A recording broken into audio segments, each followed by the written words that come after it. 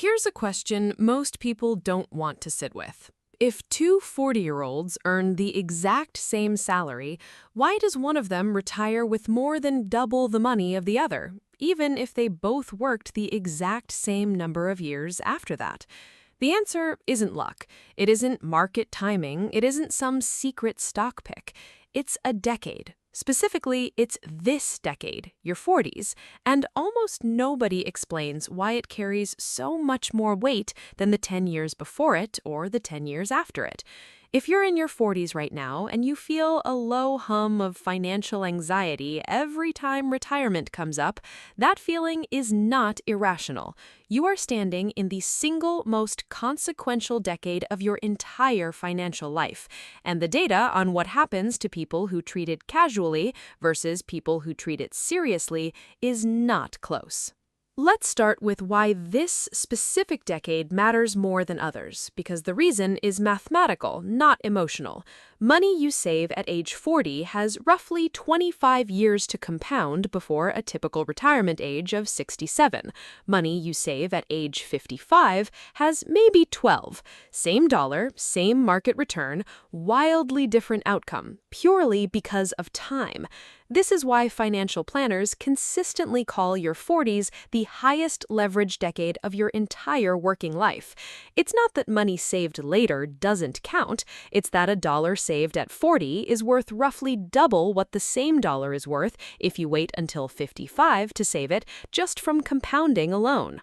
Now, here's where it gets uncomfortable, because the actual numbers show most people are not treating this decade the way the math demands. Fidelity's widely used benchmark says you should have 3 times your annual salary by age 40. On a $75,000 salary, that's $225,000.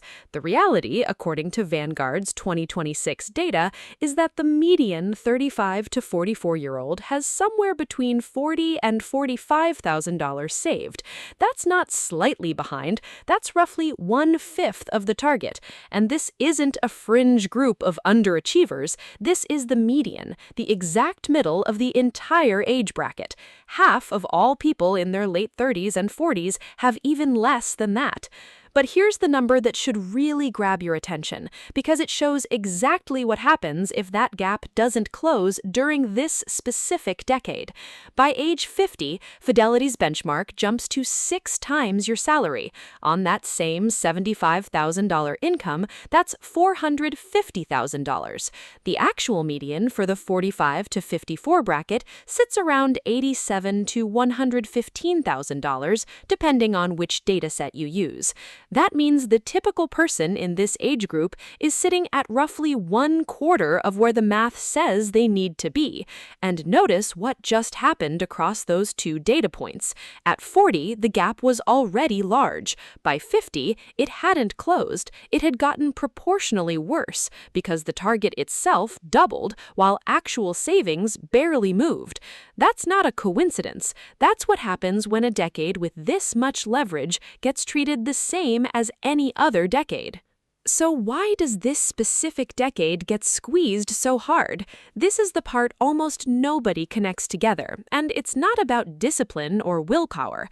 According to EBRI's 2026 Retirement Confidence Survey, 60% of workers say high housing costs are already actively hurting their ability to save for retirement, and 7 in 10 are worried it will get worse.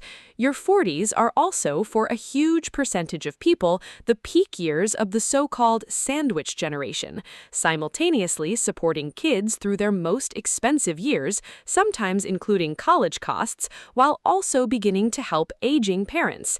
Add a mortgage that's nowhere near paid off, and you get the exact financial squeeze that explains why Gen X, the generation currently sitting in this decade, has the highest rate of 401k loans of any generation alive, at nearly 26%.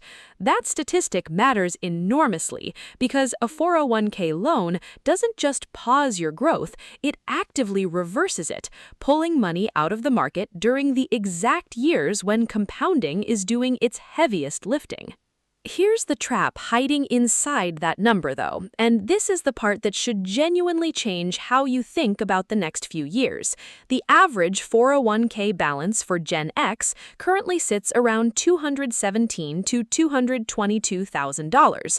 But remember, the median, the typical middle-of-the-pack number, is closer to $77,000 using Transamerica's data.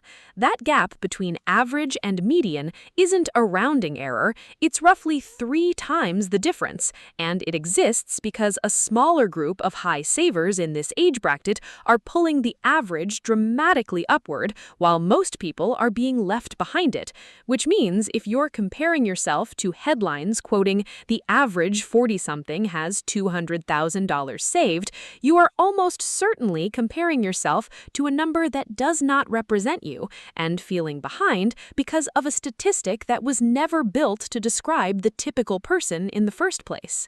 So what actually determines whether someone exits their 40s on track versus scrambling? It comes down to a small number of decisions, and the data on each is specific enough to act on immediately. The first is your savings rate, not just your balance. Fidelity's benchmark assumes a 15% total savings rate, including whatever your employer matches. Their own late 2025 data shows the average worker sitting at 14.2%, which sounds close, but that average is again skewed upward by higher earners. If you don't know your actual rate right now, today, that is homework item number 1, because you cannot fix a gap you haven't measured. Bumping your contribution rate by even 1 percentage point every time you get a raise before you get used to spending the extra income is one of the few strategies with genuinely strong behavioral evidence behind it, because it never requires you to feel a cut to your current lifestyle. The second lever is asset allocation, and this is the one that gets almost no attention compared to contribution amounts, despite mattering enormously. Your 40s are typically when your advisors recommend you're still heavily weighted towards stocks, commonly around 80% equities, 20% bonds, gradually shifting more conservative as retirement approaches. Why does this matter specifically in this decade? Because a major market downturn at age 42 gives you more than 20 years to recover before you need that money. The same downturn at age 62 could permanently damage your retirement date. Being too conservative too early in your 40s is a quieter, less discussed mistake than being too aggressive than your actual time horizon requires. The third lever, and this is the one most 40-somethings don't realize is coming, is what happens the moment you turn 50. This is when catch-up contributions unlock. And in 2026, that means an extra $8,000 a year on top of the standard 401k limit, bringing your total possible contribution to $32,500. If you're currently 39, 42, 45 years old, this isn't a 50-year-old's problem to think about later, it's a now problem, because the habits, the budget structure, and the savings rate you build during your 40s determine whether you're actually able to max out that catch-up room the moment it becomes available, or whether 50 arrives and the extra space just sits there unused because your monthly budget has no flexibility left to fill it. The fourth lever is debt, specifically the mortgage, and specifically because of timing. If you're aiming to retire mortgage-free, and most people say they want to, your 40s are typically the decade where an accelerated payoff plan either gets started or gets permanently pushed off. Entering your 60s still carrying a full mortgage payment doesn't just cost you interest, it forces your retirement withdrawal rate higher than it needs to be for the rest of your life, because that housing payment has to come from somewhere once the paycheck stops. Now, here's the piece that ties every single one of these levers together, and it's the part that should genuinely reframe how you think about the rest of this decade. The gap between the person who exits their 40s on the Fidelity benchmark and the person who exits significantly behind it is almost never explained by income differences alone. It's explained by which of these 4 levers got addressed during this specific window, while compounding still had 2 full decades decades left to work versus which ones got postponed into a decade where the math simply doesn't forgive delay the same way it does. This is also why panic is the wrong response if you're reading these numbers and realizing you're behind the benchmark right now. Being behind the median in your 40s puts you in the majority, not some rare failing minority.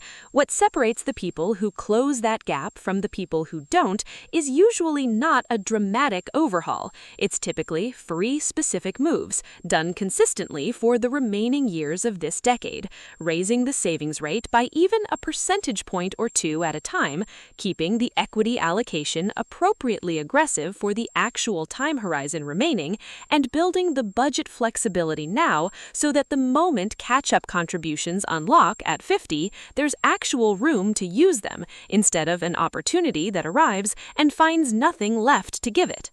Your 40s are not a decade to survive. They're the decade with the most leverage you will ever have over your own retirement, because time is doing more of the work right now than it ever will again. The version of you standing at 67, comfortable or stressed, is being built right now with the decisions you make in the next few years, not the ones you'll make once you're already staring at the finish line with far less runway left to fix anything. This video is for educational and informational purposes only. Nothing here constitutes financial, legal, or investment advice. Always do your own research and consult qualified professionals before making financial decisions. If this reframed how much this specific decade actually matters, hit like, because that's what puts this in front of the next 40-something who's been quietly comparing themselves to an average number that was never built to describe them. Subscribe if you want the follow-up, because next, we're breaking down exactly how to calculate your real savings rate in under 5 minutes, and what to do the moment the number comes back lower than you expected. Comment your age and tell me honestly, are you ahead of the 3-time salary benchmark, behind it, or right on pace? Because I want to see how spread out this really is. Share this with the specific person in your life who's in their 40s and still says, I'll get serious about retirement in a few years, because a few years in this particular decade is not a small delay. It's compounding, working against them instead of for them. This decade doesn't wait for anyone to feel ready. Start with whatever lever you can move today.